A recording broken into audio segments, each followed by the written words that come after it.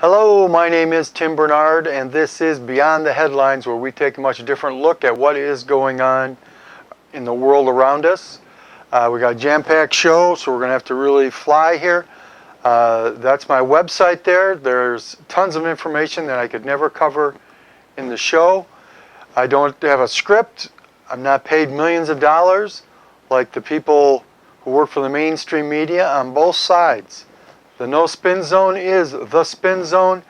It looks like these guys are being able to prop up dear old Hillary, and we're really going to suffer if she does become our next president. This is her having a little fun, doing some grinding while she was Secretary of State.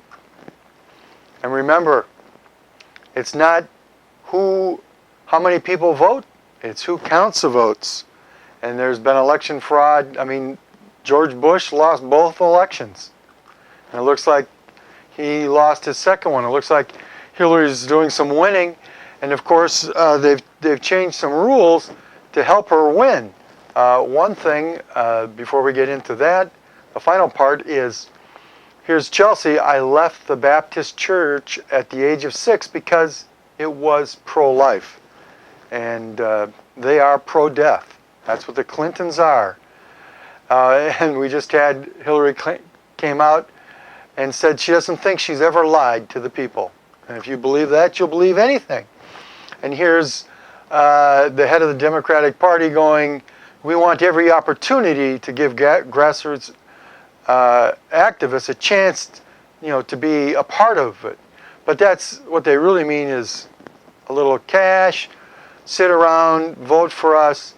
But of course, as she said about a week or so ago, that we have superdelegates to make sure that things go our way.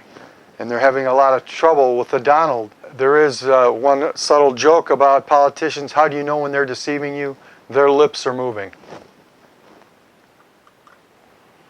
And here is Bernie talking to one of the great deceptors, a felon, drug dealer, Al Sharpton, race pimp. That is who he is. But we are the resistance, the V from the Vietnam War. Also, the French used to put a V in public places to let the Vichy government know that there were partisans who knew what was going on. And we are coming to you from Global Region 1, FEMA District 10. That's right, the world's already been cut up. Go ahead and check it out for yourself. Bohemian Grove, the Devil's Place, Northern California is one of my most popular topics. Look that up if you don't know what it is. There they are doing a mock sacrifice of a child on that altar right out of the Old Testament. Here's another picture from their annals. This is where they bring the child in an effigy. There's the altar and the priest behind it. And of course, one of the big ceremonies was the Super Bowl, which we had, and this is Lady Goo here giving the devil's sign. After she sang the national anthem, and we're going to listen to just a little bit of the national anthem and how she throws it right in our face. And you need to remember, Lucifer is considered the light bearer. Now listen to this.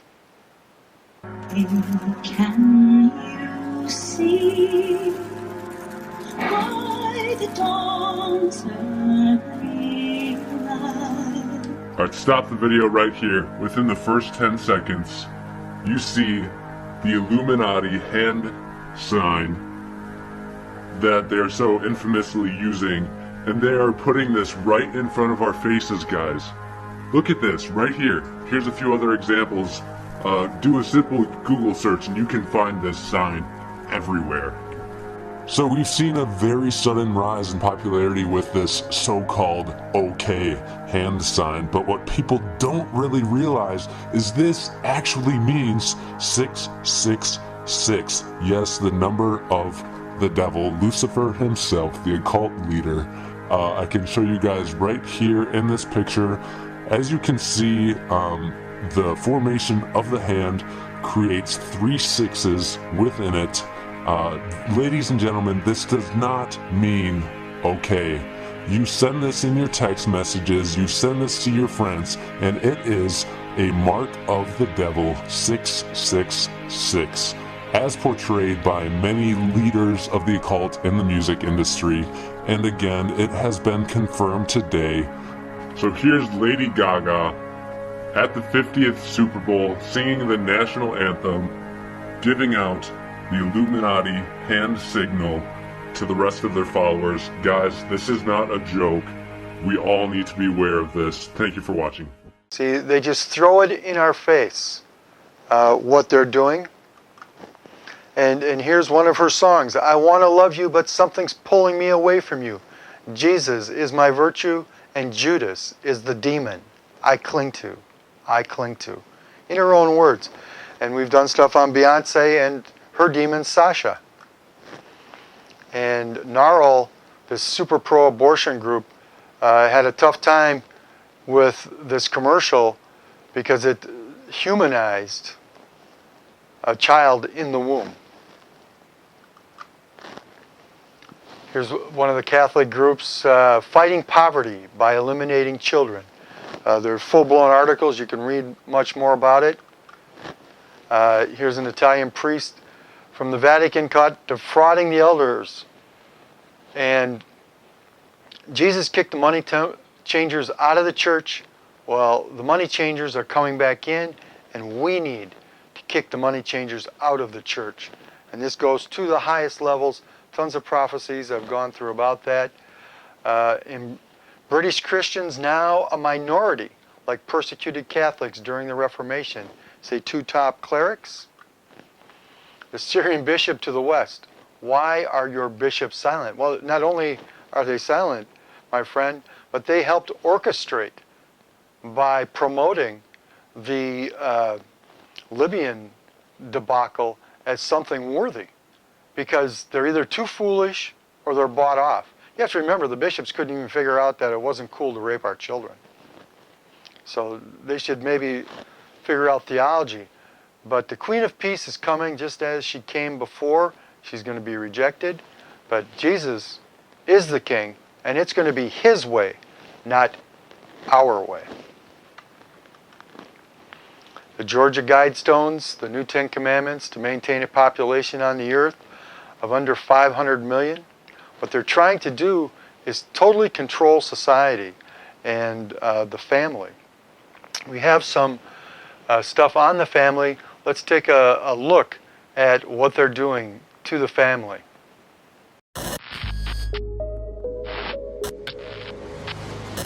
We haven't had a very collective notion of these are our children. So part of it is we have to break through our kind of private idea that kids belong to their parents or kids belong to their families and recognize that kids belong to whole communities. Once it's everybody's responsibility and not just the households, then we start making better investments. I want every agency to lean forward. Big Brother wants to be called Big Daddy now. Paul Joseph Watson writes, the U.S. Department of Education and the U.S. Department of Health and Human Services has published a draft document which outlines a plan that will treat families as equal partners in the raising of children, opening the door for government intrusion at all levels. The document states, the first step in systematically embedding effective family engagement practices in educational settings is to establish a culture where families are seen as assets and partners in children's development, learning, and wellness. The first 2 principles of effective family engagement practices state 1. Create continuity for children and families. Implement a vision for family engagement that begins prenatally and continues across settings and throughout a child's developmental and educational experiences. Number 2. Value equal partnerships between families and professionals. Combine professional expertise with familial expertise to promote shared learning and responsibility for children's healthy development, learning, and wellness. Encourage two-way communication by valuing family input on all aspects of the child's life and development, including their culture, traditions, and home language. Well, that's nice of them, isn't it? Principle number 4 states, ensure constant monitoring and communication regarding children's social, emotional, and behavioral health. The paper describes how government employees will intervene to provide monitoring goals for children at home and the classroom, and that if parents are failing to meet the standards set evidence-based parenting interventions will be made to ensure that children's social, emotional, and behavioral needs are met. Will there be home visits, you ask? Well, the document states home visits. To support ongoing relationship building with families, programs and schools should conduct periodic home visits so that teachers and families can get to know each other and communicate about children's goals, strengths, challenges, and progress. If home visits are not possible for all families, school or programs should require that teachers or providers and families communicate at the beginning of the year to ensure that the relationship is started in a positive way. The program bears the hallmarks of the controversial scheme in Scotland, set to take effect later this year, under which a shadow parent appointed by the government will monitor the upbringing of every child under the age of 18. The document also extends the understanding of the word family to include all the people who play a role in the child's life, a definition that could include not only teachers, but government monitors. In a related development, the federal government is pushing for a task force to oversee a program under which pediatricians and doctors would screen all students over 12 years old regularly for depression and issue prescriptions or treatment as necessary. Obviously, the program will increase the likelihood of teenagers being given dangerous antidepressant drugs such as Prozac and Lexapro. This bold New World Order draft declaration is nothing less than a declaration of war on American families by pedophilic government overseers, brought to you by the Obama administration, the very same administration that criminally wielded the power of the IRS and the NSA on their political adversaries. This is a big deal, a really big deal. Take a look at the document for yourself. I will leave a link in the description of this video. This is the New World Order on paper, coming for you and your family with no apologies. John Bound for Infowars.com. Now that's just some of the social engineering, and it's been going on for a long time. There's a reason our divorce rates are skyrocketing. Not just one is the devil is peaking at a rate not seen in human history, but this is how he works through social engineering. I've done tons of stories on that over the years. Here's one more look at what they're doing. We have a new article on the site today. Feds push new plan for home visits to check on parents. Now, we've seen similar things going on overseas in the UK. Now, in the UK, they go to the extreme degree of installing cameras in some people's homes. It's not that far 1984 yet. I wouldn't be surprised if they'd like to see that happen, but it's not there right now. They're saying that they want feds to be able to come into your home and check on your children, pretty much CPS anytime they feel like it. Now, I definitely do understand that there are unfit parents, people who are not raising their children properly. The kids are malnourished, they're whatever, they don't have all the things they need. I do understand that. But when you have this type of pretty much blanket saturation of them saying that we have a blank check to do pretty much anything we want at any time, that's when I get a little bit apprehensive, or more than apprehensive about it, because you can't just storm into somebody's home. Hey, I'm here to, check on little Johnny. Well, little Johnny's fine. He's not in trouble in school. He's well fed. He's not sick or anything. But, well, we're just going to come in and check anyway. That's what they're moving forward. And here's Leanne McAdoo with more on that story.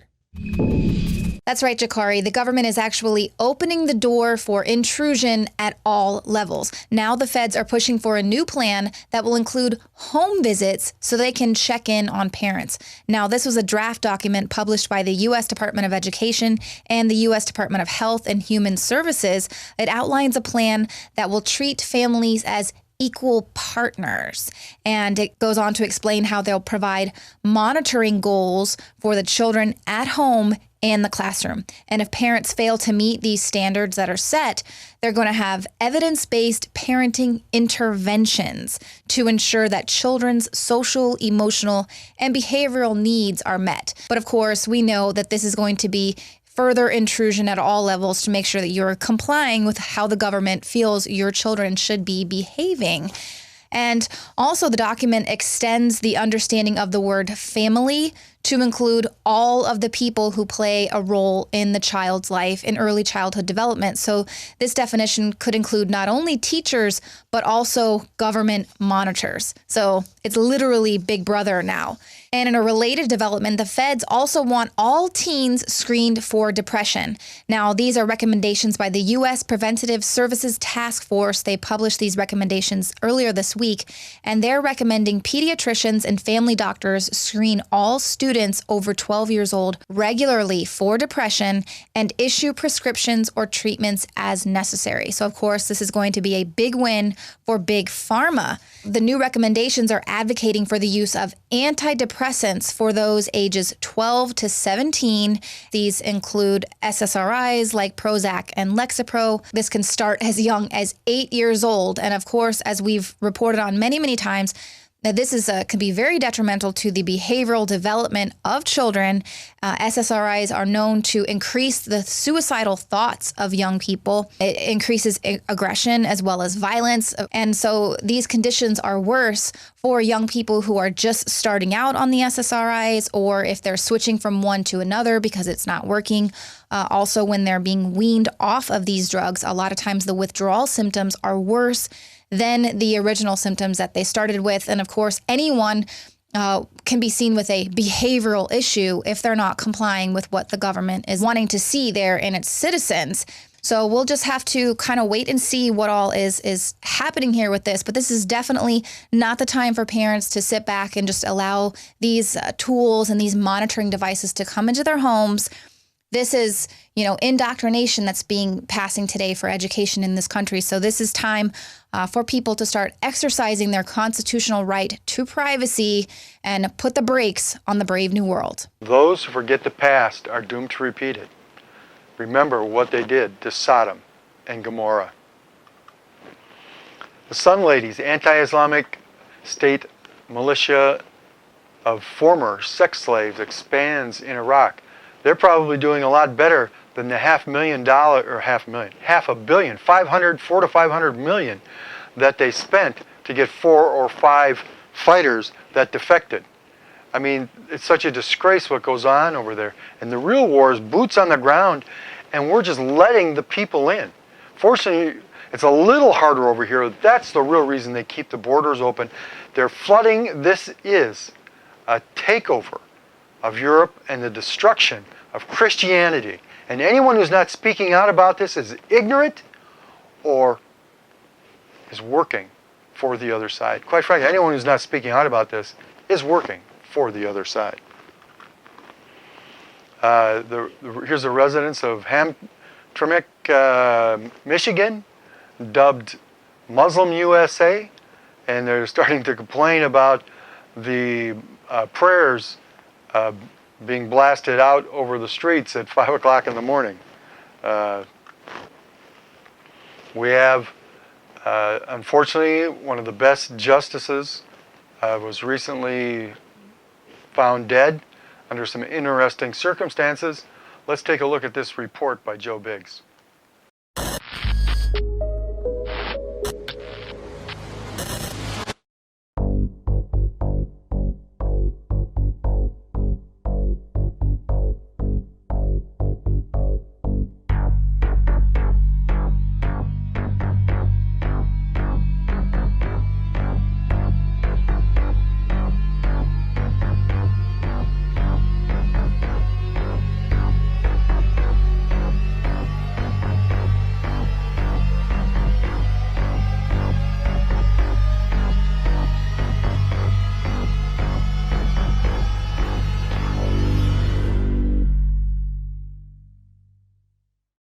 Joe Biggs here with Infowars.com. Now, we came out to the Cibola Creek Ranch to investigate the death of Supreme Court Justice Antonin Scalia.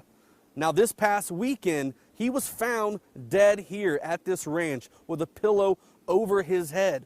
Alex Jones came out, said he had a gut feeling that there was something beyond the obvious.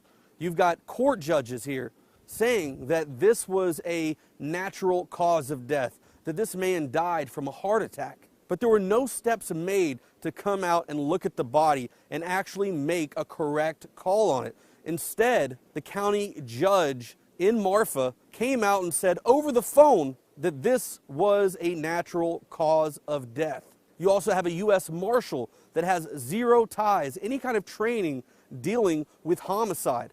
So now you have two people with zero training, and yet we're supposed to sit here and take their word. This is a ranch that is owned by a man who gives money to the Democrat Party. This is a man who has been given military commendations from President Barack Obama himself. Now think about this. If we had a Republican president, a ranch owned by a man who gives money to the Republican Party, and a liberal judge who was found dead in his sleep, the left would be going crazy, asking questions. But we are called conspiracy theorists because we want to find out answers. Now, what we know is that Judge Bishop was contacted to come out here and look at the body and make a good, sound decision as to the cause of death. But she said she was too busy. She was over 120 miles away and couldn't make it out. Then they called Judge Beebe. Same thing, couldn't make it out. Then it gets handed over to the judge in Marfa, Cinderella. Now, this entire scenario sounds like a Cinderella story. This woman has already been involved in situations where she has basically botched crime investigations. Back in 2013 in the Big Bend area, a woman was found laying on the railroad tracks and a train hit her. The railroad companies came out and did their own investigation, believed that it should be looked into further. The family came out and said, we want an investigation. And what did Judge Cinderella do? She comes out, makes a phone call, and goes, that's suicide.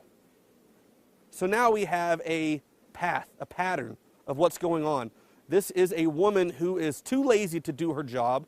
She doesn't have the time to go out. We went over to Marfa today to actually confront this judge, to ask her why wasn't proper protocol followed with this. And now we know, looking at her past, that she does not follow proper procedures.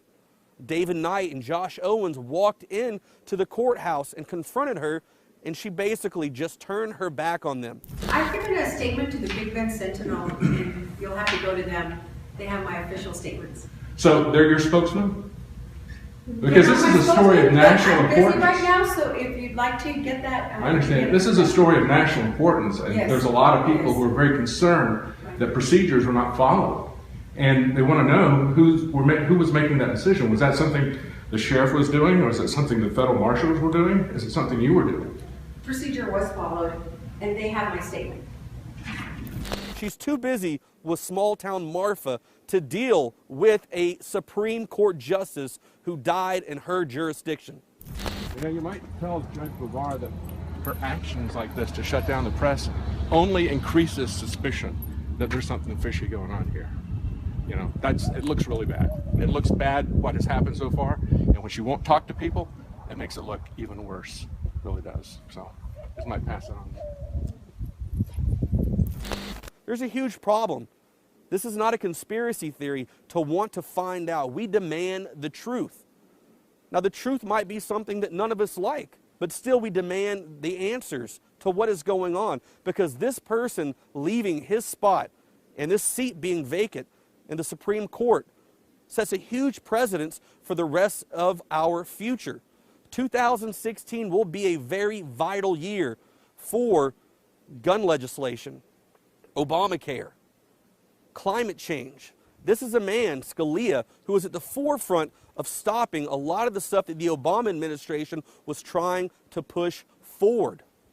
And now the president's coming out saying that he is going to, as quickly as possible, fill that seat. Supreme Court Justice Scalia was the last true conservative that we had there. And if Obama has his way, he will put someone in like Loretta Lynch, and we will slowly see our freedoms slip away from us. This is a very serious deal that we are encountering here in our time. So I want to encourage you all to reach out to Governor Greg Abbott. Greg Abbott has the power to call for an investigation to make sure that this is looked into further, so we do not get put in a situation where the left can use this as a way to put in somebody they need. Stay tuned for more reports as we follow this situation as it unfolds. Here at the Cibola Creek Ranch, I'm Joe Biggs with Infowars.com. And one of the things, there are many things he was fighting for, and we need to continue the fight to keep the Fourth Amendment. Something that was given to us grew out of the Magna Carta over 800 years ago. And here's a woman, a law professor from Duke University. There are no legal protections from having your mind involuntary read. Really. Nothing is sacred. Great story on the Zika virus. The medical tyranny, one of the signers of the Declaration of Independence was a doctor, and he warned us of a medical tyranny. And remember Eisenhower and the scientific technological elite. This is what they're actually putting in our water. Toxic. But hey, it's good for you because we said so. Good is called evil, evil is called good. And they write books about it. Diet injections and injections will combine from a very early age to produce the sort of character and the sort of beliefs that the authorities consider desirable, and any serious criticism of the powers that will be psychologically impossible. Up on top sit some money changers in the darkness, behind the curtain, and they're trying to bring about this the outlawing of cash because it fits their agenda, which is coming. And don't panic, this is just a correction. Okay, we'll take a look at that. We've got a great story coming up quick. 19 trillion in debt, and that's just some of what they're talking about. It's actually quite a bit bigger than that. And this is a complete disgrace. Here's the numbers. Take a look at what's rising. Student loans, food stamps, the federal debt, money printing, health insurance costs. Oh, the labor force participation is down. Workers' share of the economy is down. Median family income is down.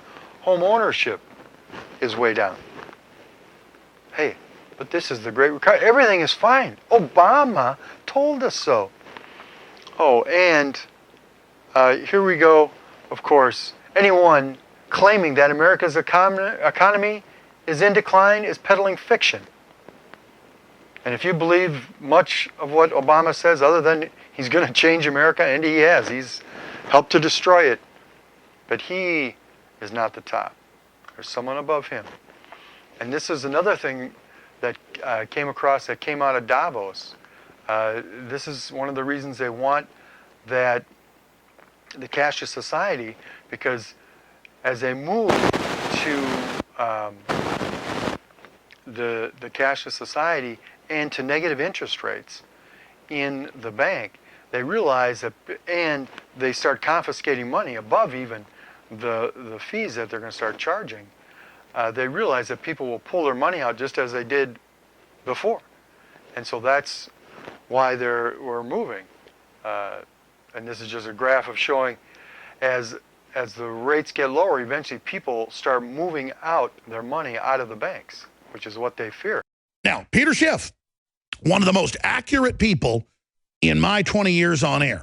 I mean, I remember in the last 15 years or so seeing him on CNBC and Fox Business and stuff, but very accurate, predicted a lot of things, went contrarian to the system, and he's been saying, hey, this is going to melt down, this isn't going to work, the QE, you know, he predicted that they would just do a small increase. He predicted when they would do it. He's made a lot of accurate predictions. He doesn't want to toot his horn, but I think it's important if he goes over those for new listeners, because so many new TV stations and radio stations are picking us up that may not watch the financial shows. And then what he predicted in the collapse now beginning to come true, and how bad he really thinks it is versus what they're saying. I have a lot of questions. I want to move quick with him. Europac.com. Peter, thank you for coming on with us. Thanks, Alex. Where do you want to start? I mean, there's just so much happening. Yeah, you know, all the things that I've been talking about, both on your program and, you know, my own internet program, a Peter Schiff show, or whatever they will occasionally invite me on, you know, conventional television. You know, all this stuff is now starting to happen. It's starting to unfold. the mainstream still doesn't understand, right? They still think, oh, maybe the Fed made a mistake. Maybe they shouldn't have raised rates. That wasn't the mistake. The mistake was lowering them to zero in the first place. The minute they did that, they sealed our fate. It didn't matter when they raised rates. The minute they would do it, everything was going to fall apart because this was a phony recovery. It was a bubble. And the fact that they waited so long means that the bubble is that much bigger, which means it's that much more problematic when it pops. I think what we're staring at right now, unless the Fed quickly backtracks and cuts rates and does QE4, which I think they're going to do, they may even go negative, but I think we're going to have a worse financial crisis than the one we had in 2008. But if the Fed does what I think it's going to do to try to prevent that crisis, then they're actually going to usher in something much worse in the form of a dollar crisis, which is going to be much worse than just a general financial crisis. They could finally kill the dollar because the conventional wisdom is that we're the worst, we're the best house in a bad neighborhood. But at the same time, it's got to give someday, and it just can't go on forever. And it appears that's beginning to crack with all the big banks and the Royal Bank of Scotland and Soros saying, panic, it's over, everything's going to collapse. It almost makes me then ask, what do they think they're doing? Well, they have no idea. But, you know, the only reason that the dollar has risen these past several years, although it's now falling so far in 2016. But the reason it rose is because everybody was convinced that what the Fed did actually worked, that we had a real recovery, and that the Fed was going to be able to raise rates. I knew all along that that wasn't true, and I actually thought the Federal Reserve was smart enough not to raise rates. But they proved me wrong on that because they were dumb enough to think that they can get away with a quarter-point hike. I knew that wouldn't be the case, and now they've pricked their own bubble, and the air is coming out of it. And, you know, that's why you talk about gold. The only reason gold was falling was because people believed in this myth. Now that we're, you know, looking behind the curtain, gold is off to its best annual start in the history of gold, right? Gold is now at about $1,230 an ounce, a little bit more. It was at $1,050 the day after the Fed raised rates. And in fact, just yesterday, one of the biggest gold bears, this analyst over at ABN AMRO, she had a price target for gold in 2016 of 900. She just changed it yesterday from 900 to 1,300. Now, that's a pretty big about face for a major bank. And the reason she said that she did this is her case for lower gold prices was based on the Fed raising rates. She now believes that the Fed's not going to raise rates at all in 2016. And so now she thinks gold's going to 1,300. What do you say to people like Dent, who's been, you know, really accurate on a lot of fronts, saying, look, it's going to end up going down because it's not even really a commodity. It's basically worthless. I disagree with him on some of those fronts, even though I know he's really smart, because it is a commodity. It is industrially used. It's seen culturally also as a hedge against inflation or emergency. Big governments, large populations, China, India, Mexico, are buying gold is anything but worthless. But forgetting about its role as a commodity, and it has a unique role, and it's been valued for its properties for thousands of years. But think about the environment we're in. Not only do we have 0% interest rates, but we have negative interest rates, and we have governments threatening to outlaw cash. They want to do away with the $100 bill or the 500 That's euro the next note place I was going. I mean, this will be all we have as a true barter currency. It'll force us back to a real currency. That was my next question. I've never seen a push by the European Central Bank and by Larry Summers and by the big five banks to get rid of cash, to make us go all digital. What is that really about, Mr. Schiff? Well, it's all about control. It's about a loss of financial privacy. It's about a loss of freedom. And it's about being able to debase the money. See, the problem with negative interest rates right now is, well, I'll just take my money out of the bank and put it in my mattress, and I avoid a negative rate. Well, if they make that impossible, if it's, hey, either you put it in the bank or you don't have it, then it's stuck there, and then you can lose money with negative rates. And it's also about them being able to do bail-ins or tax your money or basically nationalize it, which they've done in Europe over and over again. I mean, the big kahuna of tyranny we've always known is getting rid of cash, and boy, they're sure pushing it. And what about the underground economy? The underground economy is not going to go away if they take away cash. They're just going to have to find an alternative to cash. And what's the oldest alternative available? Gold. That's gold a great and point. silver. I mean, what are people going to use? People are going to go back to real money, traditional money. This experiment in fiat money is blowing up all around us. And it's ironic that probably just before the greatest bull market in the history of gold. You had so much negativity. In fact, just about all the hedge funds at the end of last year were short gold. I mean, it was the first time in history that hedge funds were net short gold. Look at what these geniuses did. They were all short gold below 1,100, and look where it is now. I mean, everything they bought has gone down. So how bad did that hurt them? And the one thing they shorted went up. Well, who knows? I mean, hedge funds are probably going to blow up. Look at the banks. They own these financials. The banks have been cut in half. A lot of these favorite high-flying tech stocks have been demolished. Everything they were buying is plunging, and the one thing they were shorting is what's going up. Gold is the number one asset. I didn't think of that. Because, as you know, you talked about this a decade ago. Ron Paul's talked about it. So many folks have talked about the manipulation of the gold and silver markets. It's now come out they've been doing that. And so... Oh, yeah, and look at Goldman Sachs. Goldman Sachs is desperately trying to encourage everybody to short gold. They've been coming out several times. Not only are they telling people to sell gold, they're telling them to short it. They're saying it's going to 1,100. How long can they suppress it? How long can they suppress it? Well, look, obviously not long. This whole fantasy is evaporating. It's falling apart before their eyes. They're desperate to try to do something. They want to talk the price down. But, you know, the truth is out. Sure. They raised interest rates now by a tiny little bit. And what do we have? The worst start in history of the stock market. Of the Dow. Right. So, well, let me just add this. I haven't sold one piece of gold or silver that I've bought in 25 years, and my gut tells me stuff I bought at 300, I kept it when it went to 2,000. It goes down to 1,000. I don't care. This whole paper fraud is garbage. The enemies of freedom lie about it constantly, and so I know it's there as an emergency backup, and it just comes to, and my gut tells me I did the right thing. But then I talk to people like Dent. To be fair, he didn't say it was worthless. He just said, you know, it's overvalued. He's right on so many things. He's wrong on that, though. He's wrong on that because he somehow believes that it's all going to fall apart. The U.S. is going to collapse, and the dollar is somehow going to gain value in that environment. That makes no sense. That's like telling me that a corporation is about to go bankrupt, but I should buy shares in the company because the stock price is going to go up. Well, he says it's the best house in a bad neighborhood, and so far that's been happening. It's not the best house. It's actually the worst house. The only reason that people perceive it to be good is because it's been a self-fulfilling prophecy, and people have believed all the hype. Confidence game. Well, you know the guy that brought down Madoff. The guy that brought down Madoff says there's 3 bigger scams right now that he's investigating.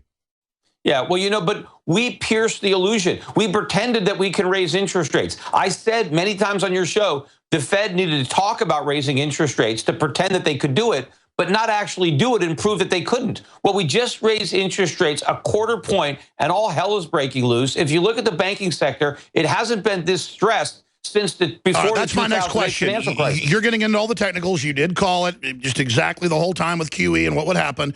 Tell us next, and I'm not disagreeing with you, but somebody like Dent says the U.S. is great, China is bad. China's going to hell in a handbasket. You a lot of times say China's better than the U.S. China's set to ban all foreign media from publishing online. That's the Independent.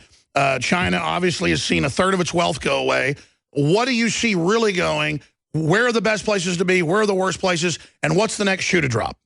Yeah, look, well, what does China produce? They produce all sorts of products that everybody in the world wants to consume. We have a huge trade deficit with China. It's not the other way around. All we produce is treasury bonds. We go into debt. We borrow money to buy the things that the Chinese economy is productive enough to create. So we're the country that's in a lot more trouble, not China. They're the ones that have been loaning us money. They're the ones who have been, you know, allowing us to have all the stuff that they produce. So I think that people who are worried about China are missing the bigger picture. China has problems, but our problems are much larger. Sure, he thought China would be the detonator, but isn't the argument really the detonator? And I think he says this too, and you say this, is the QE unlimited.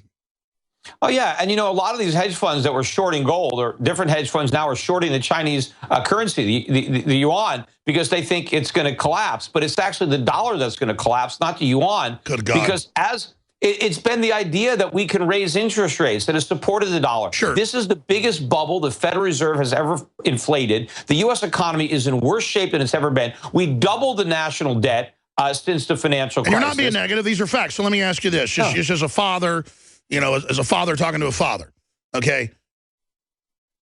What do you really think is going to happen? I know you're not a prediction, but obviously, if we have another Great Depression, people are going to kill each other. I mean, we're not as moral as we were. People were hardworking. They knew how to plant a garden. And still 7 million people, major university studies show, died in association of malnutrition or from illnesses from malnutrition. Basically, 7 million people died in a famine in the U.S. over that 10 years. It was quietly dealt with. It was very, very sad. Europe, tens of millions. What is going to happen if we have a real depression here with this spoiled, rotten population? I mean, I am actually scared. Well, this could be a lot worse because during the Depression in America, we were still a relatively free, prosperous economy. We had lots of individual rights. Government was tiny. We had sound money. We were on the gold standard. And we had the benefit of falling prices. Everybody wants to talk about how bad deflation is. Look, deflation is great. You're unemployed and the cost of food is going down and your rent is going down and your utility bills are going down. That's all good news, right? Americans aren't going to be that fortunate this time because we're going to see massive increases in consumer prices. It's hell on earth. I mean, look, the Pentagon says it. The Ministry of Defense and their reports that we've covered say it, that when there's a financial meltdown, they say between 2016 and 2020, this was put out in 2007, London Guardian, go look it up, folks. They say it could be road warrior level is one of the quotes in the Pentagon report. I mean, I don't know if it's going to get that bad, but the societal issue of all these spoiled, rotten brats that think everything is entitled to them under socialism and a crazy like Bernie Sanders. I mean, is this not the perfect storm, sir? What do you think? Oh yeah, this is the reason that the Founding Fathers detested democracy so much. They wanted to protect us from things like Bernie Sanders. But look, I don't know how bad it's going to get, but I don't want to find out, holding dollars. I don't want to have my life savings, my retirement accounts in a currency that can be almost completely worthless in a worst case scenario. Even in a best case scenario, the dollar is going to lose the majority of its purchasing power. There's no way out of this. Peter, stay there. I'm going to come back with one more segment and one more if you can. You probably got to go. But I want to really drill into this. Best case scenario, worst case scenario, and what you're doing. I mean, seriously, folks, I'm not exaggerating when I say I'm thinking about getting a farmhouse with an armored 20-foot wall. And I mean, seriously, I mean, this is just out of control. If you study this and what the real experts say versus the media, this is dangerous. You know, those folks aren't calling Peter Schiff, myself, Ron Paul, fearmongers anymore. I mean, you can't just print unlimited money and give it to the elites forever and not have it cause big problems. So in the 6 minutes we have, the next 5 minutes that Mr. Schiff's with us, I'm going to try to shut up here and let him break down where he thinks this is going, how bad it's going to get, what he's doing to protect himself, and what some of the other big hot spots are. And then the next segment, I want to briefly ask him about the campaigns, about the Pope weighing in on politics, where he sees all that going as well. But getting back to the head of Euro-specific capital, and I'll also give folks that website and put that up on screen. Peter, continue where we left off. Yeah, it's amazing how often history repeats, even recent history, because the last financial crisis happened in the final year of Bush's second term. And the same thing is about to happen again. It's the final year of Obama's second term.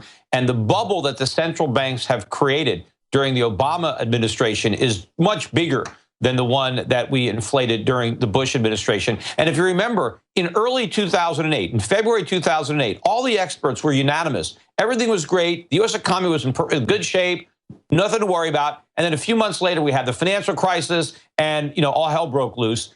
And now the same thing is happening again because we didn't let the free market solve the problems that the Federal Reserve created. We now have exacerbated all those problems. We now have an even bigger economic crisis around the corner. And the same experts who were oblivious before are still telling us that everything is fine. There's nothing to worry about. In fact, the Fed was so convinced we were in such great shape that they actually raised interest rates in December, and everybody applauded. Everybody said, oh, this is fantastic. This proves that the crisis is over. Well, we're about to launch this crisis into a whole new gear. What you saw in 2008 was a Sunday school picnic compared to what's coming up right now. And I think what we're going to have this time again is a currency crisis, because I don't think they're going to let it get to a repeat of 2008 in this election year. I think they're getting ready to pull out the stops with 0%, maybe negative rates, QE4. Who knows what these guys are going to do? But it's going to destroy the value of the dollar. Hopefully it won't be a worst case scenario, which is hyperinflation, where the currency is completely worthless. Hopefully they figure out their mistakes before we go that far down the line. But don't wait. don't wait to find out how much value the dollar loses. You need to get rid of your dollars now. That's what we're doing with our clients. We're still buying lots of gold. Gold stocks are extremely cheap. If people really want to try to hit the home run here, there's a lot of 10 baggers, 20 baggers in the gold mining space, even though a lot of these stocks are up 50, 100, 150% since mid-January. Since mid-January, you've got some stocks that have tripled, but there's still so much more to go. A lot of these stocks are still down 70, 80% from where they were a few years ago. But I think the momentum is there in these stocks, also in physical gold. And the markets I like the best, New Zealand, Singapore, Switzerland, there's a lot of value there because the dollar is still overpriced because people haven't figured out what's around the corner yet. So there's still plenty of time for people to protect themselves and work with me at Euro Pacific Capital to get these diversified foreign portfolios, or work with me at Schiff Gold to get physical gold before it blows through 1,300. Because once it goes through there, there's not that much resistance until we get back near the old highs of around 1,900. Well, Peter, expanding on that, when I have Den on, he says, hey, all the gold in the world goes in an Olympic swimming pool. That's not what you're going to base the currency on. Well, that sounds like it's what you do base it on because it's scarce. Exactly. Plus it's industrial. Plus, once the market's been so bad for 4 years or whatever, everybody's getting out of gold at the production level. That means then you can't ramp production back up for a long time. Once gold goes back up, to me, it seems like the biggest potential home run there is, or grand slam. Oh, look, absolutely. You better get your piece of that swimming pool while you can, because the fact that it's scarce is one of the reasons it's so valuable. And yes, can we base the world's monetary system on gold at $1,230 an ounce? No, we can't. But at $10,000 an ounce, at $20,000 an ounce, obviously there's a price that's going to work. That's right, stay there. And Davos talks about having a global SDR partially gold-backed. Europac.com is his website. He's not a sponsor, but I do have him on because he knows what he's talking about when it comes to economics and things. And so that's why I do endorse a lot of Peter Schiff's ideas. But I'm just here to get people thinking for themselves and having a wide variety of different perspectives so you can make your own decisions. I just know that I've studied history, and never before have humans been more unself-sufficient, more dependent, more spoiled rotten in the West. There are great people in Europe, great people in America, great people in Japan, great people in Australia, New Zealand, Canada. But let's just get down to brass tacks. I don't know how to take care of myself compared to my dad, and I'm like a caveman compared to the average yuppie. I mean, you hear about yuppies move out in the country and they see their neighbor hauling a deer up to gut it. They call the police on them. I see that article every day in the news. And the cops show up and act like it's wrong in many areas. And it's just like, it's body snatchers or something. What are they going to do during this meltdown? And how bad is it going to get? We've only got about 4 minutes left. I wanted to just get any more time frame info from you, Peter, and then also ask, what do you think about the campaign so far? What do you think about Scalia? I didn't say they murdered him. I said there should be an autopsy. The cops have come out and said that too. One of the deputies came on and said they've never done this before. It's really weird. Other little tidbits about what's happening. Bernie Sanders, what a nightmare. Well, obviously, look, there should be an autopsy, but, 79-year-old guy, overweight, probably not in the best shape. I mean, the fact that he died of natural causes is, obviously not something that's outside the realm of possibility. But look, they should still do an autopsy anyway, just to clear away any potential doubts. But, Bernie Sanders, that is very scary. I mean, if you look at the support that he enjoys, particularly with younger people in this country, and that is a very scary thought. Because unfortunately, this is a democracy, which means mobocracy, which means majority rules. And if the majority are a bunch of socialists, we're in trouble. Look, the Nazi Party, again, not that I'm going to compare. No, but they were national socialists, and Hitler was going to give them something for free. What about Sanders, it turns out, never had a paying job till 40 and bragged that he was a bum? The guy is a bum. My point is, but we elected, Germany elected the Nazis. But the point is, this is the danger of putting things up to a vote. When you have American school system, we indoctrinate kids. They learn absolutely nothing. They're brainwashed until they're 22 years old, and they come out Bernie Sanders voters. They know nothing about economics. They know nothing about the history of this country. They know nothing about our founding principles or what made this country great. They're idiots. They just know a bunch of nonsense, and they want something for nothing, and they believe the lies told by Sanders, because the lies told by the Democrats and Republicans up until now have blown up in their faces, and especially when you have Barack Obama giving a State of the Union address, talking about how great everything is and how many jobs he's created, and you've got all these people living in He their said parents' the U.S. basements. has never been better financially. No, and people are frustrated because at least Bill Clinton said, I feel your pain. Barack Obama's like, hey, there's no pain to feel. I've done a great job. And this is just, creating a great environment for Bernie Sanders to tap into that resentment, that frustration, and, of course, the envy. Who do you think wins in a matchup? I mean, because now even Salon's thrown in the towel saying Hillary can't win. Who's more dangerous, Bernie or Hillary, A? And then B, I think Trump will dominate either one of those clowns in the general election. Trump is an unknown quantity because, Trump is a showman, right? And he may be saying certain things because he knows that that's what's going to get the votes. I mean, Trump has better judgment and is, and probably more intelligent to actually do the right thing. A lot of the things that he's saying to get elected, hopefully those aren't going to be the things that he does if he is elected. He might just be, as much as he says, I'm not a politician, he's playing politics because he knows what works. And by holding himself out not to be a politician, right, to say, I'm not the same old thing, I'm something different, there's a lot of politics there because he's sure. I'm not usually lesser of two evils, but we know he's better than Hillary and Bernie. Well, no question about it. But the question is, what will he do? I mean, if he obviously tries to put all these tariffs on and he doesn't really want to cut Social Security, he wants to replace Obamacare with some other kind of government socialized program. If he wants to do a lot of this stuff, then it's going to be a disaster. But hopefully he's smart enough not to actually do that. Once he gets elected, he can do what's right. All right, Peter Schiff, we're out of time. Thank you so much, Peter. We have a great little story of the 9/11 Commission here coming up shortly. If you want more information on 9/11, I would urge you to go to 9/11 Truth, and here is a little story of 28 pages. For the few who have seen them, they're known as the 28 pages. In those pages are names of people who allegedly helped the al-Qaeda killers, but who have never been held accountable. Potential sources of foreign support for the September 11th hijackers, classified by the Bush administration. Why the 28 pages remain hidden from the public remains a mystery. We know the 28 pages from Senator Graham and Senator Jones that have seen it, and military we've had on that have seen it. It says Saudi Arabia ran the attacks to blame Iraq. That was always the plan. And then our own government, bare minimum, stood down. And of course, it was more than that. But we have the fact that it now, to a great extent, was an inside job. I have read the 28 pages, and the 28 pages have nothing to do with national security. Nothing, or I wouldn't be standing here.